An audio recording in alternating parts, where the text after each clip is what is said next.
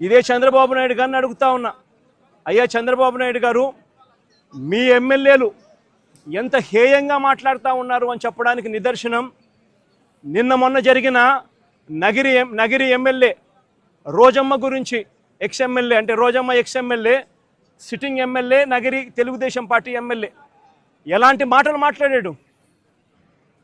చెప్పడానికి కూడా సిగ్గుపడే మాటలు, సిగ్గుపడాల్సిన మాటలతో రోజమ్మను హేయంగా మాట్లాడితే ఇదే చంద్రబాబు నాయుడు గారు ఏం చేశారని అడుగుతా ఉన్నా.